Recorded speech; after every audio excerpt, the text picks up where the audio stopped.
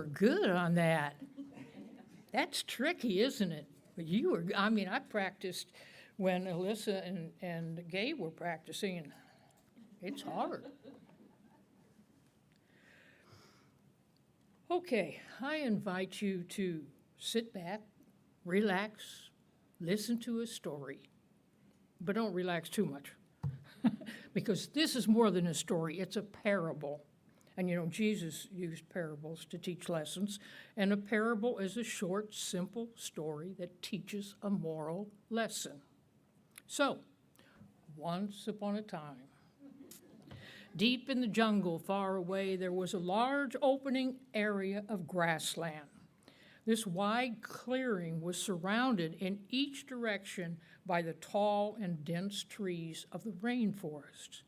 And right in the center of that open land was this tall baobab tree with its great chunky branches stretching outwards and upwards like an ancient king proudly showing to the other trees his special kingdom from his throne in the center. Now we could actually think that our sanctuary's that area, that's his kingdom. And at each of the four edges to this open land was a boundary to other kingdoms, which were each the territories of four of the more colorful animals of the forest. One side was ruled by the stately giraffe. One side was ruled by the lion. One side by the colorful toucan, and the fourth by the lumbering warthog. Now, in her kingdom, the giraffe walked slowly with her neck stretched up high, chewing the leaves she could take from the topmost branches of her part of the forest. The lion walked cautiously with a confident manner, growling from time to time as he surveyed his part of the forest. In his kingdom, the toucan flapped his wings constantly as he hopped from branch to branch, eyeing all that he could see that went on in his part of the forest. And then the warthog shambled along awkwardly, snorting and sniffing as she made her way clumsily through her part of the forest. Now, the amazing thing is that whenever any of the four animals reached the edge of his or her forest world, they came to an abrupt halt. They never went any further than the boundary. And no one of them ever went out into the open grassland that belonged to the baobab tree. And that was how things always were. Each minded his or her own business. They didn't acknowledge each other. They didn't talk to each other. In fact, they quite positively kept away from each other, viewing the other three animals with a bit of suspicion.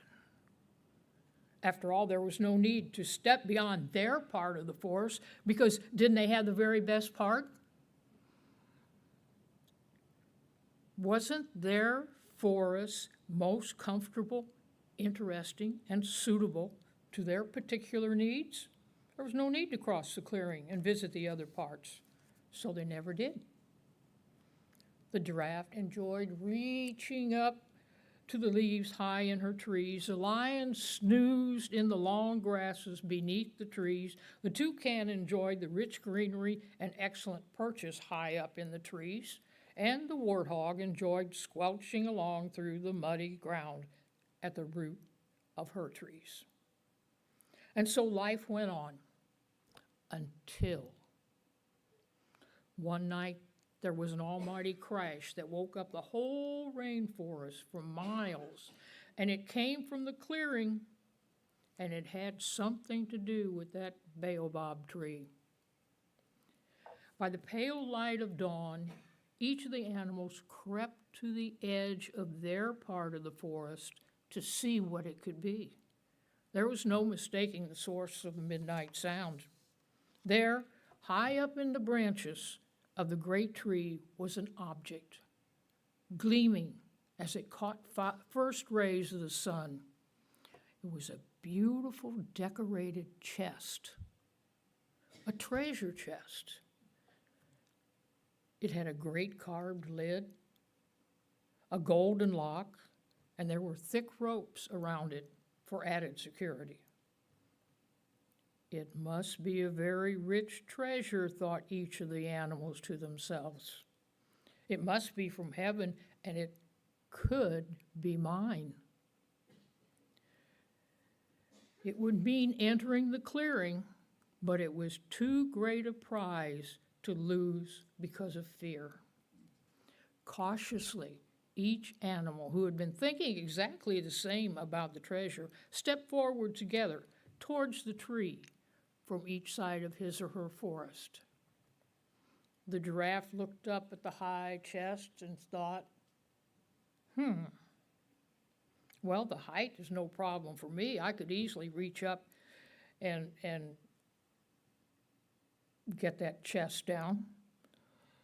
But what about those thick ropes and that heavy carved lid and that golden lock? And she thought, I'd better wait and see what the others think. The lion looked up at the chest and said, well, those thick ropes would be no problem for me. I could easily shake them loose. But what about that golden lock and that heavy carved lid? And how in the world could I get it down out of that tree? The toucan looked up at the chest, high in the baobab branches, and thought, well, that golden lock would not be a problem for me. I could easily pick that open. But how will I get it down? And what about those thick ropes and that heavy carved lid? And he thought, I better wait and see what the others do. The warthog looked up at the chest high in the tree. Well, that heavy carved lid won't be a problem. I could easily pry that open with my tusks. But how would I get it down? And what about those thick ropes and that golden lock? And she thought, I better wait and see what the others think. And so they waited and waited and waited, and no one moved. Then the idea must have come to each one at the same time. They realized that they would have to work together to discover the treasure. They exchanged glances, knowing looks, and even a smile or two, and then each animal moved up to the tree, closer to the treasure, and closer to each other than they had ever been before. The giraffe made the first move. She reached up with her long neck and prodded the chest with her little horns on her head and slowly but surely dislodged the chest, and it came down from the branches, crashing to the ground. Then the lion moved in, grabbed the thick ropes around the chest with his sharp, fierce teeth, and shook until slowly but surely the ropes were loosened, and he could pull them away from the treasure chest. Then the toucan moved in with his long, sharp beak, and he began to pick at the golden lock, twisting and turning until slowly but surely the lock clicked open and the clasp sprang open. Finally, it was the turn of the warthog. She moved in and carefully inserted her great tusks under the lid, and using all her strength began slowly but surely to pry open the heavy wooden lid to reveal the treasure. But just as the lid fell back, there was another great crash, just like the one they'd heard the night before. But this time, there came also a blinding flash of light. And when the animals recovered from the glare, they looked for the treasure, but to their amazement, it was gone. The chest had disappeared. There was no carved wooden lid, no golden lock, no thick ropes. The treasure chest had completely disappeared. Well, the four animals looked around in surprise and then looked at each other. It was then that they again must have had the same thought at the same time. Because surely they all began to smile. They realized that they had discovered the treasure after all. They had discovered it together. What was more than that, they still had the treasure. One of the greatest treasures they could ever have found. Think a minute. What was a treasure? They had discovered the priceless prize of knowing what they could achieve if they worked together. They had discovered the rewards of cooperation. For years they had lived in isolation, worked in isolation. Why? They saw no need to move out of their own little kingdom. But when there was a need, when they believed that there was a treasure to be achieved, they discovered the advantage of cooperation. Now, in tacitly agreeing to cooperate, each one had to feel safe in the situation. Each had to feel personally safe. For instance, the giraffe had to feel that no one was interested in using her to bring the chest down, then abandon her without giving her a part of the treasure. The lion had to feel that no one was buddying up to him just because he was strong and powerful. The toucan had to feel safe that no one was interested in having toucan tetrazzini for lunch. And the warthog had to feel that no one was talking behind her back, that she was ugly. Each one had to feel safe, had to trust that the others lived by principles of honesty and truthfulness. Each one had to be open and willing to be educated and enlightened by the skills that the others could bring to the situation. Each character had different gifts, and each character had to be willing to share. Now, departing from our parable for a moment, I remember years ago when I first went to the Illinois Symphony Orchestra. As they warmed up, what a cacophony of noise. You know, some are trying to tune to the person next to them, some of them are practicing a part or whatever. But when the conductor stepped on the platform and raised his baton, the first tone that came from that orchestra, oh my gosh, it was amazing. We have something like that in Springfield, Illinois. It was just, it blended so well. So, how does all this apply to us? The LUTs have discussed among ourselves how we think that our church is in a better position to hire a new minister than we have ever been. Thanks to what we've learned from Reverend David and Reverend Eliza, we know that we each have different skills and knowledges. That working together we can achieve so much more than we can individually. And that as we lovingly communicate with Spirit and with each other, we are capable of great things. The Roman statesman Seneca said, "He that does good to another does good also to himself." What a treasure our four characters from the parable learned that day. But what if one character chose not to participate for the good at all? It'd be like that grocery cart I had yesterday. You know, 3 wheels were working perfectly. And I don't know, there was one that, I don't know if it had gum on it or a chink in the wheel or what, but it was not fun.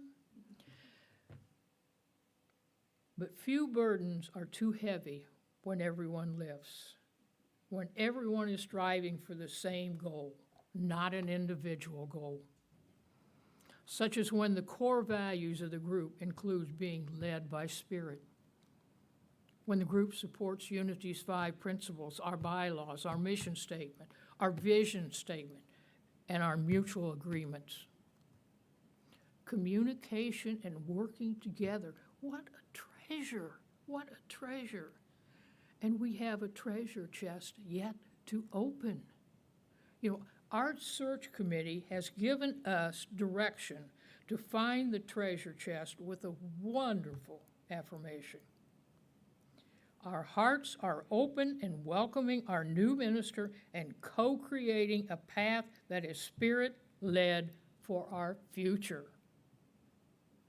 We affirm that every Sunday morning, and I hope you affirm it every day, because we're ready. We are ready. I'm going to say it one more time, and then we're going to affirm it together. Our hearts are open in welcoming our new minister and co-creating a path that is Spirit-led for our future. Together, our hearts are open in welcoming our new minister and co-creating a path that is Spirit-led for our future. Can I have an amen on that? Amen. All right. Let's take a deep breath and take these thoughts into meditation. And I invite you to relax, knowing that you are in a safe place.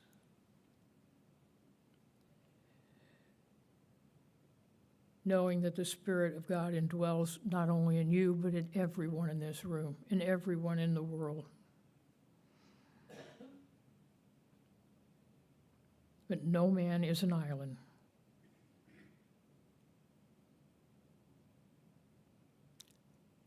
No man stands alone.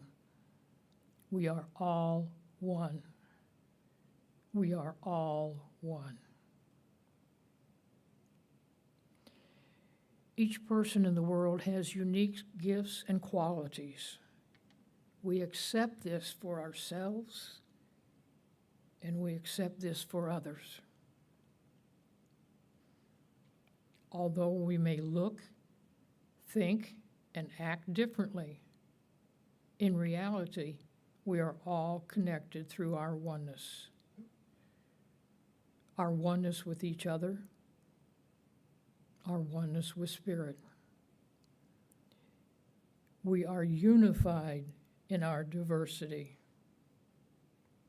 We choose to live from this truth by treating others with love, kindness, understanding, and compassion.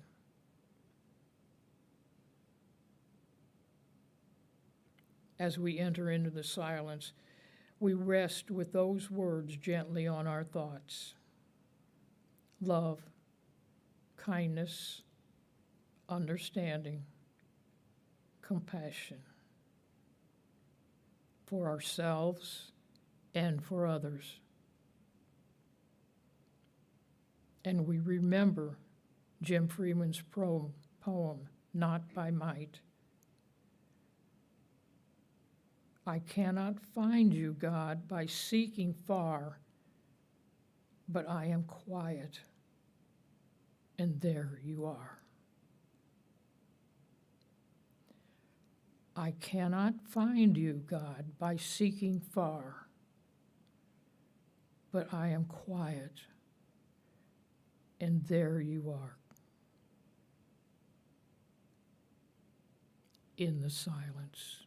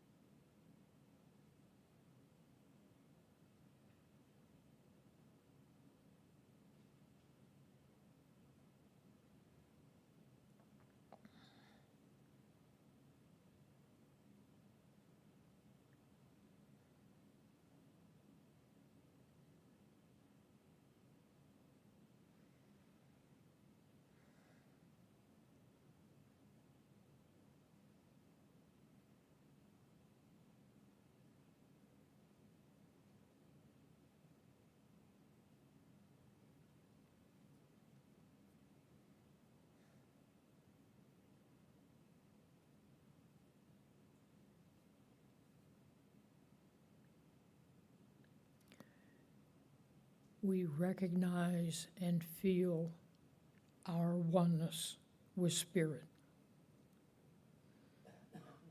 And we recognize our oneness and feel our oneness with each other. We give ourselves and others space, compassion, and patience to patiently and gently move through the process of growth and transformation. We are blessed as our thoughts, our prayers guide us through any challenges that may arise in this process. And as we slowly become aware of where we physically are today,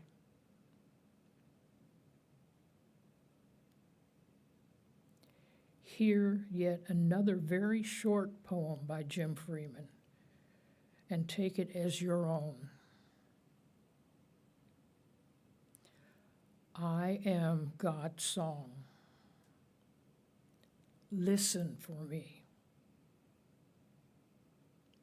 You are God's song. Listen. And for this and our many other blessings, we are grateful. Amen and amen.